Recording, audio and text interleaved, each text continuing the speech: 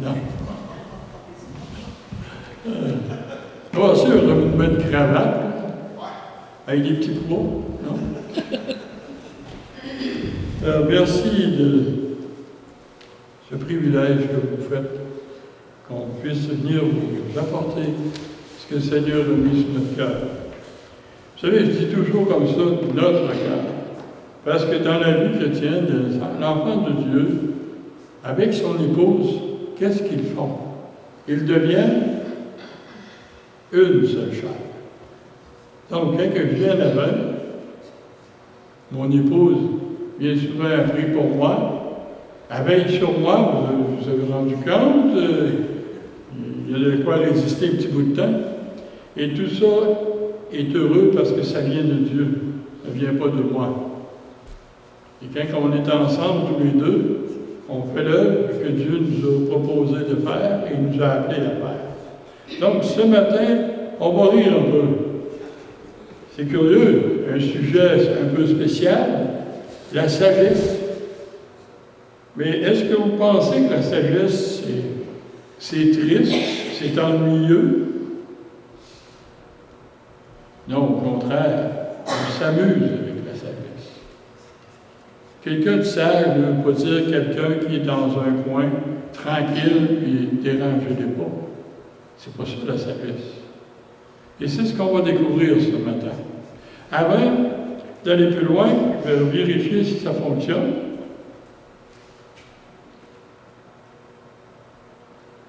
Voilà. Ça, c'est ce que le monde nous dit comme sage. Les penseurs, ceux qui sont capables de réfléchir sur certains points. Mais ce n'est pas toujours la vérité. Ici, on a un étudiant biblique. Est-ce qu'on peut dire qu'il est sage? Oui. Dans un sens, oui, mais dans l'autre, non. Parce que quand on étudie, on apprend. On n'est pas rendu encore au statut de dire de sagesse. Mais on apprend. On étudie. Et vous allez voir, là, ça devient plus comique. Hein?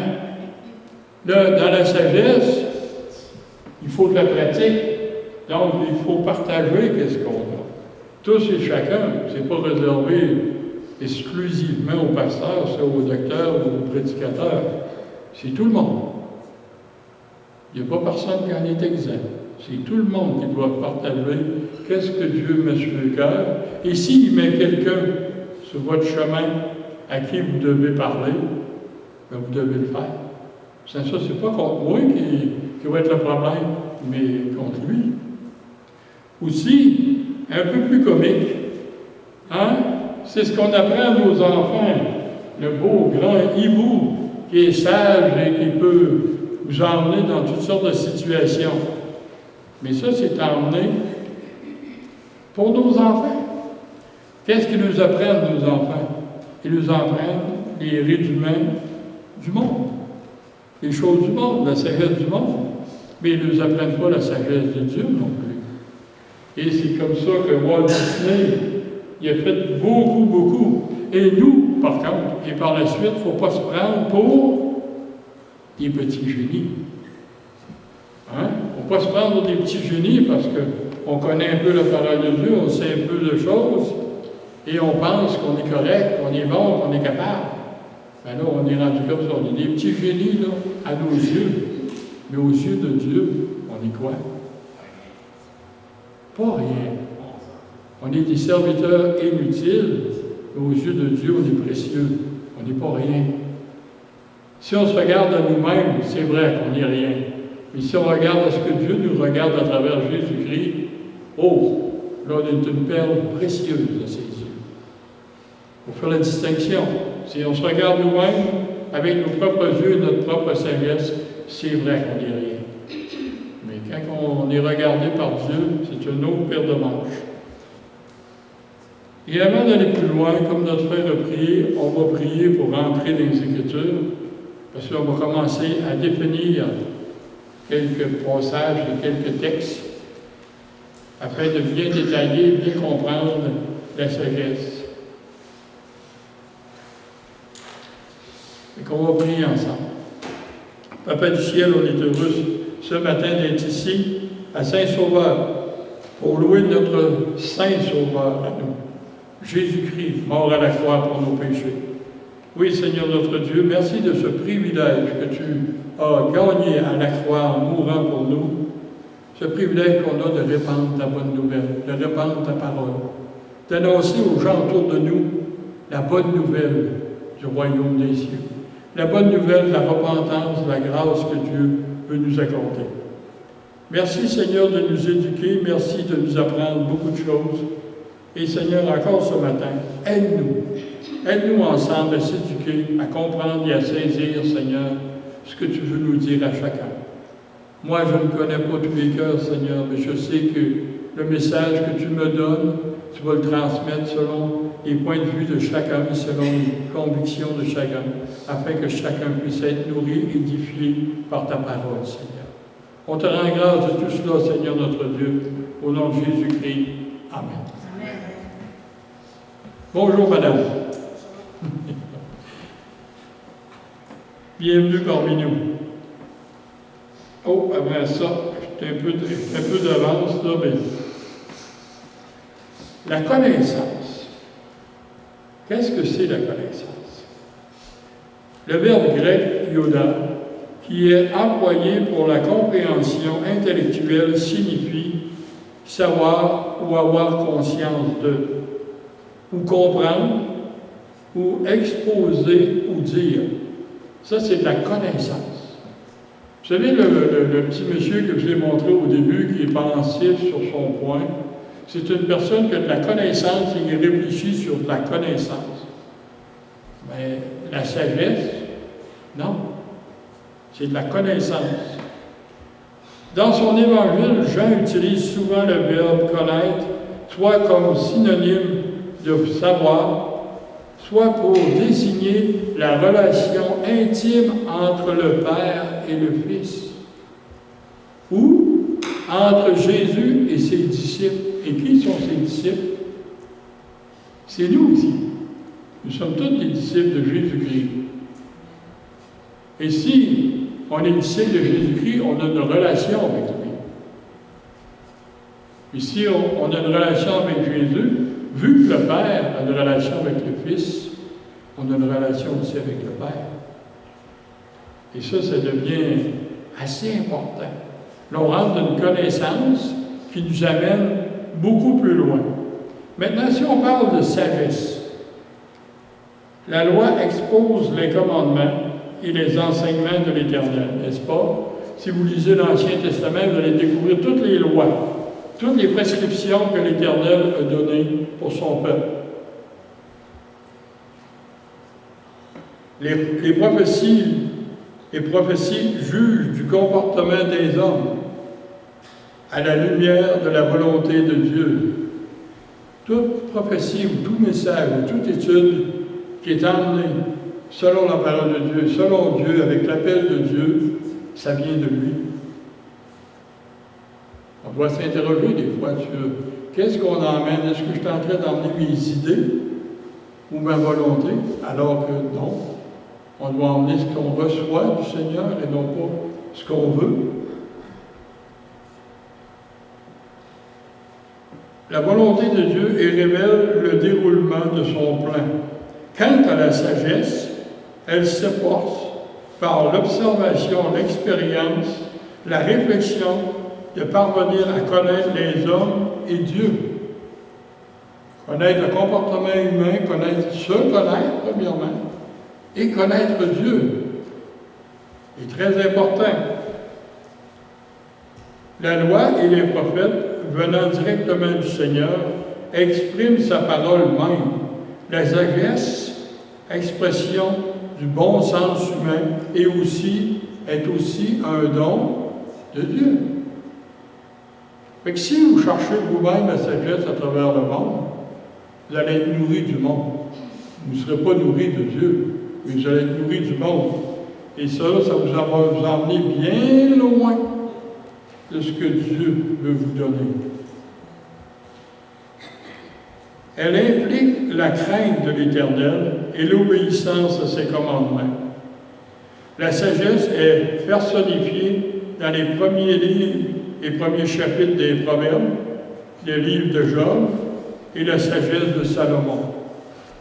On peut trouver qu'est-ce que comprend, qu'est-ce que est la sagesse, qu'est-ce que Dieu nous parle comme sagesse dans ces livres-là. Et on va aller justement en voir quelques versets. Dans Proverbe 8, 11, on nous dit, car la sagesse vaut mieux que les perles. Elle a plus de valeur que tous les objets de prix. Ça commence à défiler comme premier verset, nous dire que c'est important de chercher la sagesse, et ça a une valeur pour Dieu plus importante que n'importe quelle bebelle ou n'importe quelle acquisition terrestre. La sagesse est une acquisition céleste et non pas terrestre. Dans le verset 12, on nous dit, « Moi, la sagesse, j'ai pour demeure le discernement, et je possède la science de la réflexion. » Si vous n'avez pas la sagesse, pensez-vous que vous pouvez avoir une bonne réflexion? Une bonne science? Certes, vous allez avoir la science des êtres humains, la science humaine de tout le monde, et tout le monde donne son avis, et les avis sont bien souvent partagés. Donc, la réflexion n'est pas fondée sur quelque chose de vraiment solide. Et c'est pourquoi le principe que je vous parle tout à l'heure, c'est le principe, c'est vers Dieu qu'on doit se tourner pour découvrir la sagesse afin d'avoir une bonne réflexion puis un bon discernement. Sinon, on se nourrit des rêves des hommes et des choses des hommes et non pas de ce que Dieu veut nous donner. Il veut que nous voyions la vie de son point de vue et que nous évaluions toutes choses selon le principe biblique. Voilà le commencement quand même. Chercher et trouver la sagesse. Il faut qu'on mette ce qu'on appelle nos lunettes bibliques et qu'on regarde à tout ce qui est autour de nous sur la sagesse et l'inspiration de la Bible. Là, à ce moment-là, vous allez être capable de réfléchir et découvrir qu'est-ce que Dieu lui veut à travers tout ça. Pour vous et pour les gens qui vous entourent. Parce que n'oublions pas, une vie chrétienne est une vie de témoignage. C'est pas juste une vie de je pars, je m'en vais, je suis correct, on va m'asseoir quelque part. Non, Dieu nous demande de témoigner qu'est-ce qu'il a fait pour nous. Donc, comment acquérir la sagesse? Comment acquérir la sagesse? De toute évidence, il faut la chercher. Êtes-vous d'accord avec ça? Oui. Oui, vous l'aurez dû faire ce matin. Hein? Est-ce qu'il faut la chercher? Oui. Hein? Un petit peu fort. On dirait que vous êtes pas là. Hein? Hein? Il faut la chercher. Oui, c'est vrai, il faut la chercher. Il arrive malheureusement trop souvent que ceux qui prétendent la désirer ne fassent aucun effort pour l'obtenir. Et ça, malheureusement, dans nos églises, les gens voudraient savoir toute la volonté de Dieu, savoir comment Dieu travaille, comment il réfléchit, Mais, ils se tiennent à compte. Ils ne demandent pas à Dieu de les aider. Ils n'allent pas lire dans les Écritures, ils n'allent pas rencontrer un frère qui, lui, est en train d'étudier un sujet. Non. Ils veulent quelque chose, mais ils ne prennent pas les moyens de l'acquérir. Et ça, c'est qu'il nous empêche bien souvent de connaître vraiment la volonté de Dieu pour nos vies.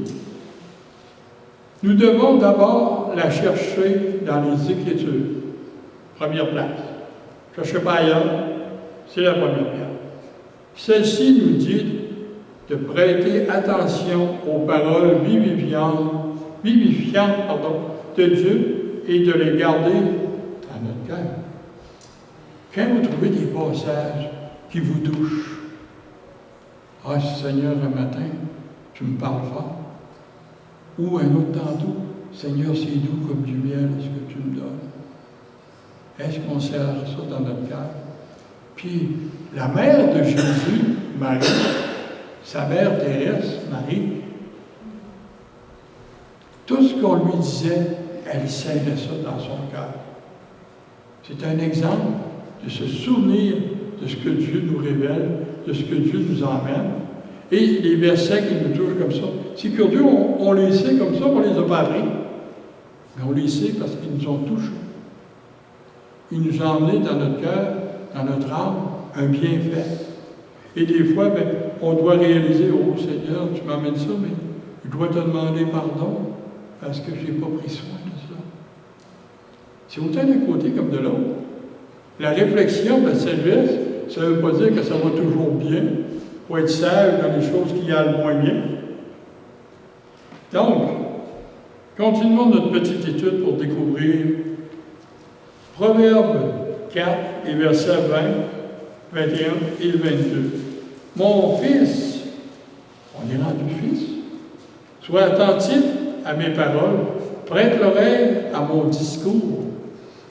Seigneur veut qu'on prenne vraiment attention à ce qu'il nous dit, à ce qu'il nous apporte.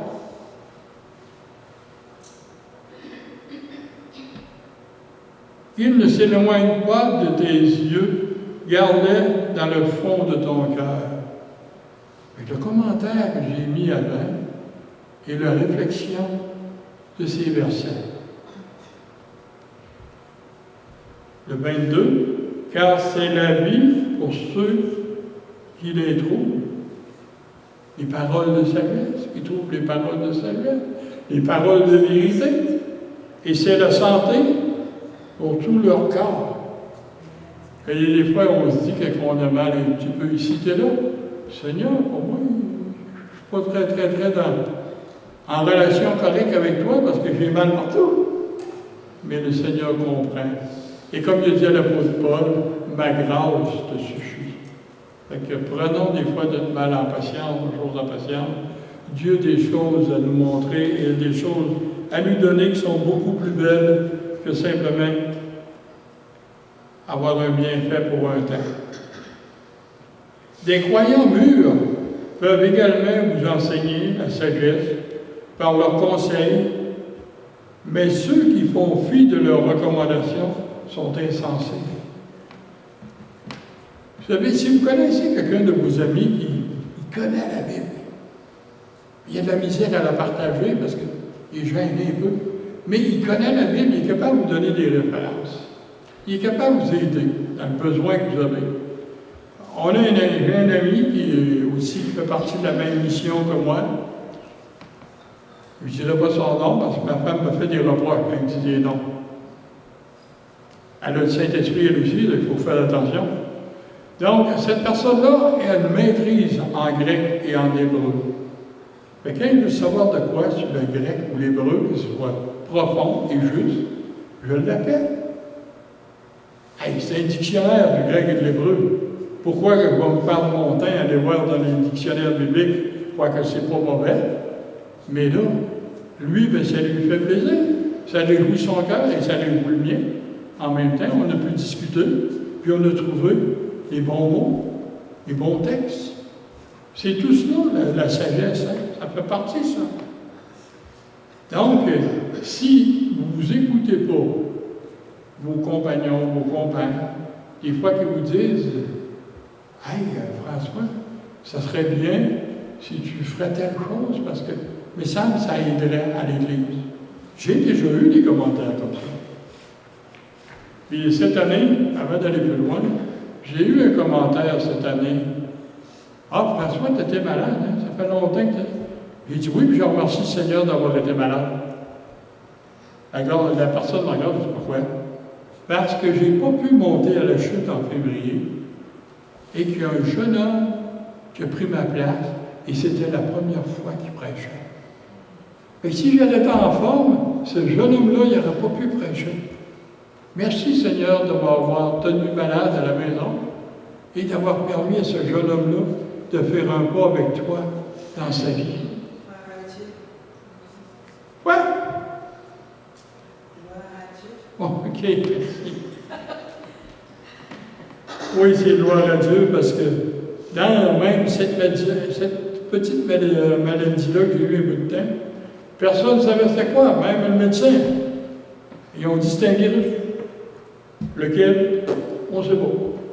Mais c'est un virus. Et le Seigneur t'avait mis sa main, tu François de sa maison tranquille, là. Étudie ta Bible, là, tu vas avoir besoin tantôt de d'autres choses pour partager. Donc, reste à la maison. Et quand j'ai su que le jeune homme avait monté le sac, il avait donné une bonne prédication, je remerciais Dieu de m'avoir laissé à la maison. La sagesse, ça fait partie de ça, les amis. C'est pas toujours que ça va bien. Il faut découvrir qu'est-ce que Dieu voulait faire dans ça, par exemple. Et c'est ça qui devient intéressant. Si on lit le Proverbe 12-15, la voie de l'insensé est droite à ses yeux, mais celui qui écoute le conseil est sage. Le conseil du Seigneur, cette fois-là, il m'avait dit, reste à la maison tranquille, puis soigne-toi. Et je vais m'occuper de mettre quelqu'un pour faire la prédication. Et ça a été le jeune homme. Je disais comme la madame, gloire à Dieu, oui. Et c'est important, parce que n'oubliez pas que moi, dans quelques années, je vais être rendu au ciel. Ça va en prendre d'autres, jusqu'au retour du Seigneur, n'est-ce pas? Ça va en prendre d'autres. Et si on prend toute la place, puis on dit aux jeunes, restez assis, puis apprenez, ils vont apprendre, mais on ne les mettra jamais à l'épreuve, comme les Écritures nous disent. C'est pas sage beaucoup, ça.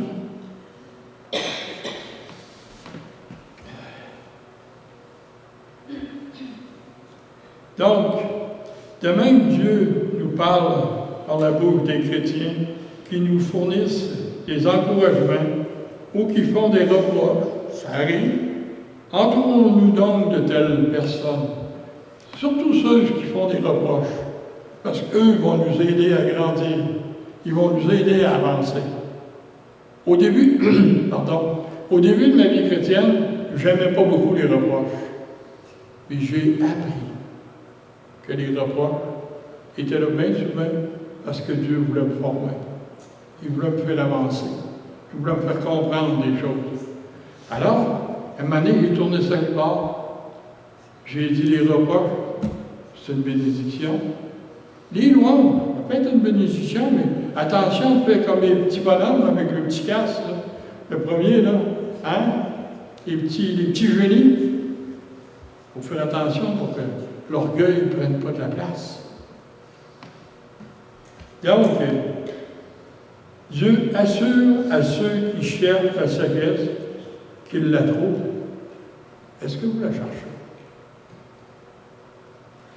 Hein? Est-ce qu'on la... Même moi, le premier, je la cherche tout le temps.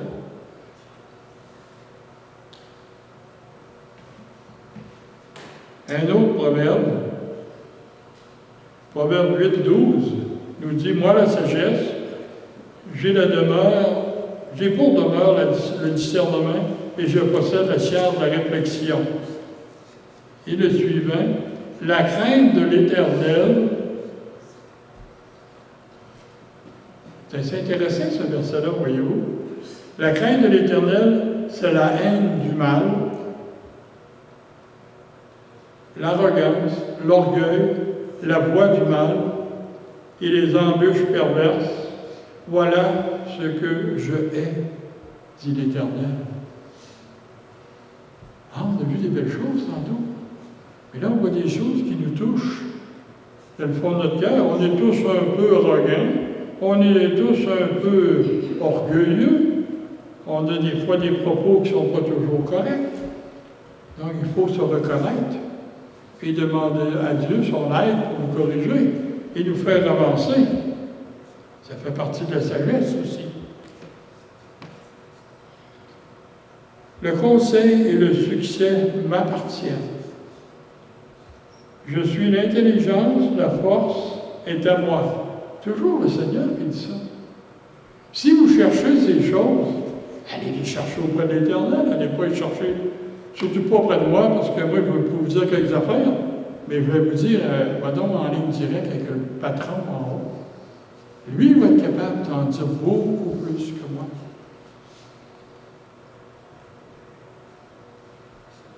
Par moi, les rois règnent et les princes ordonnent ce qui est juste. Encore là, on voit que Dieu, même si, peu importe les personnes qui dirigent, s'ils pensent qu'ils dirigent eux-mêmes, ils se trompent. C'est Dieu qui a placé toute personne à sa place. Même si on ne les aime pas, c'est Dieu qui les a placés là pareil. Pourquoi? Parce que lui, il a un plan. Et à travers ce plan-là, il va y avoir des conséquences d'un côté comme de l'autre, afin de nous emmener à la sagesse et nous emmener à réfléchir que c'est lui qui est au contrôle de tout. Il dit ici, par moi gouvernent les chefs, les grands et tous les juges de la terre. Encore là, on voit que si on regarde les Écritures, on voit très clairement que c'est le Seigneur qui est au-dessus de tout et qui dirige tout. Même si des fois les gens pensent qu'ils peuvent contrôler. Et des fois, il disait à Marie-Paul, mon épouse, il dit, des fois j'ai envie de me dire, je suis quand Dieu, Seigneur, pauvre.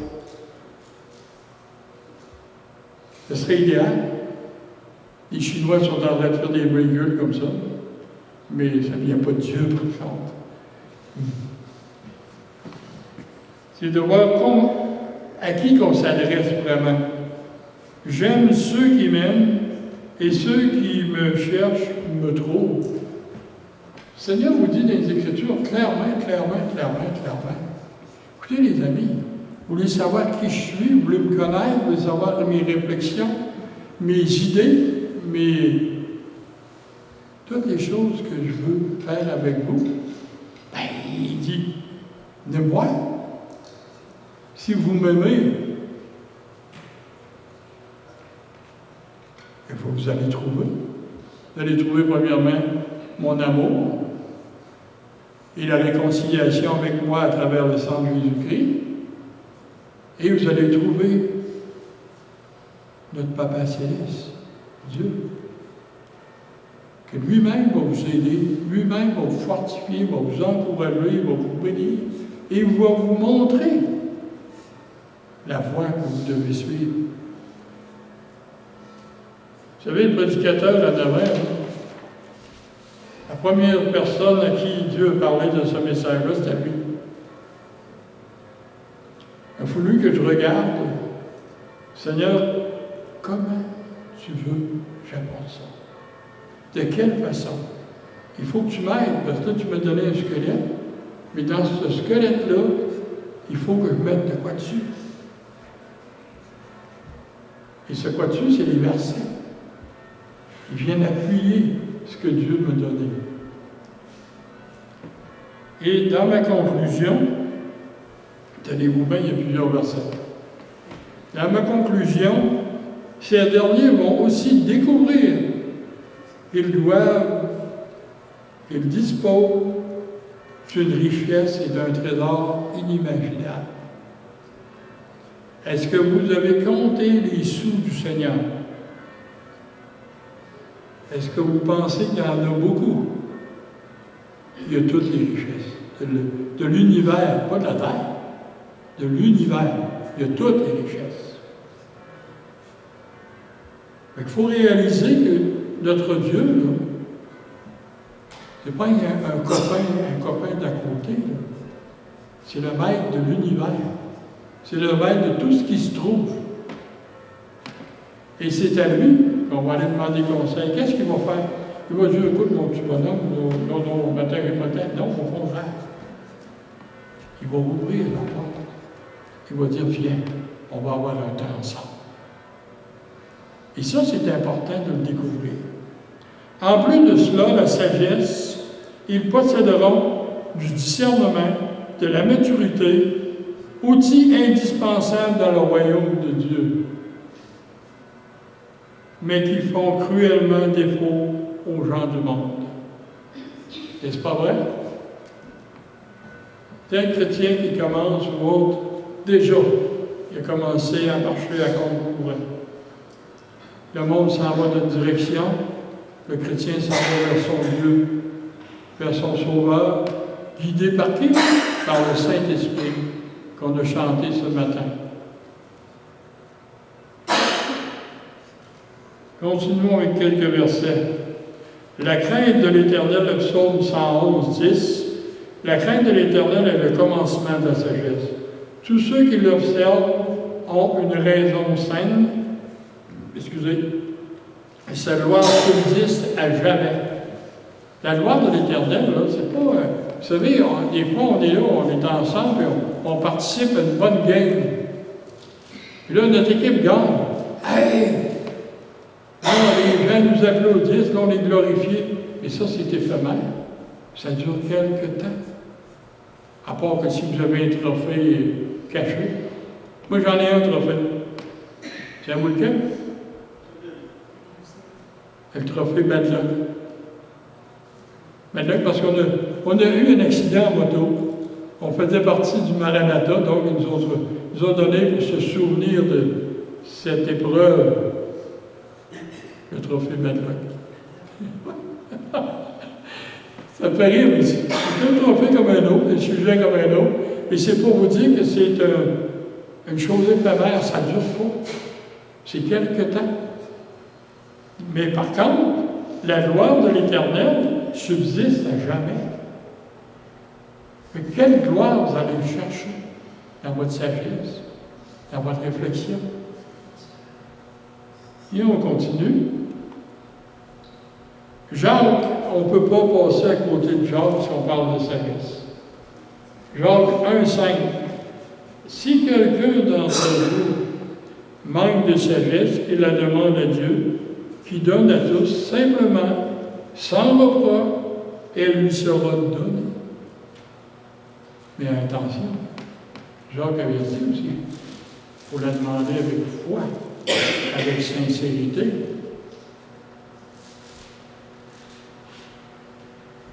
Un peu plus loin, Jacques 3,13. Lequel d'entre vous est sage et intelligent, qu'il montre ses œuvres par une bonne conduite avec la douceur de la sagesse? Ici, Jacques, je l'aime dans ce verset-là. On dirait qu'il pique. Il pique juste à la bonne place. T'es sage? Montre-moi-les. Montre-moi-les quand t'es là. Puis attention de quelle sagesse tu parles. Le verset suivant. Cette sagesse n'est point celle qui vient d'en haut, mais elle est terrestre, charnelle et diabolique. Si tu te révèles sage, fais attention de quelle sagesse tu vas parler. Fais attention de quoi tu vas parler. Comme je dis depuis tantôt, tu te nourris de Dieu ou tu te nourris du monde. Si tu prends la sagesse du monde, c'est ce verset-là qui vient de sonner. Si tu prends celle de Dieu, ça va être celle-là qui va résonner, ce verset-là. La sagesse d'en haut est premièrement pure, ensuite pacifique, modérée, conciliante, pleine de miséricorde et de bons fruits, exempte de duplicité et d'hypocrisie. Ça, c'est la sagesse qui vient d'en haut. Ce n'est pas la sagesse qui vient du monde. Le verset d'avant nous parlait de la sagesse qui vient du monde.